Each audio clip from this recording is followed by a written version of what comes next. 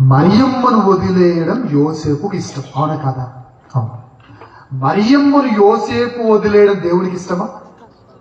లేదు. మళ్ళా మరియమ్మను వదిలేయడం యోసేపు ఇష్టం, కానీ మరియమ్మను యోసేపు వదిలేయడం దేవునికి ఇష్టం.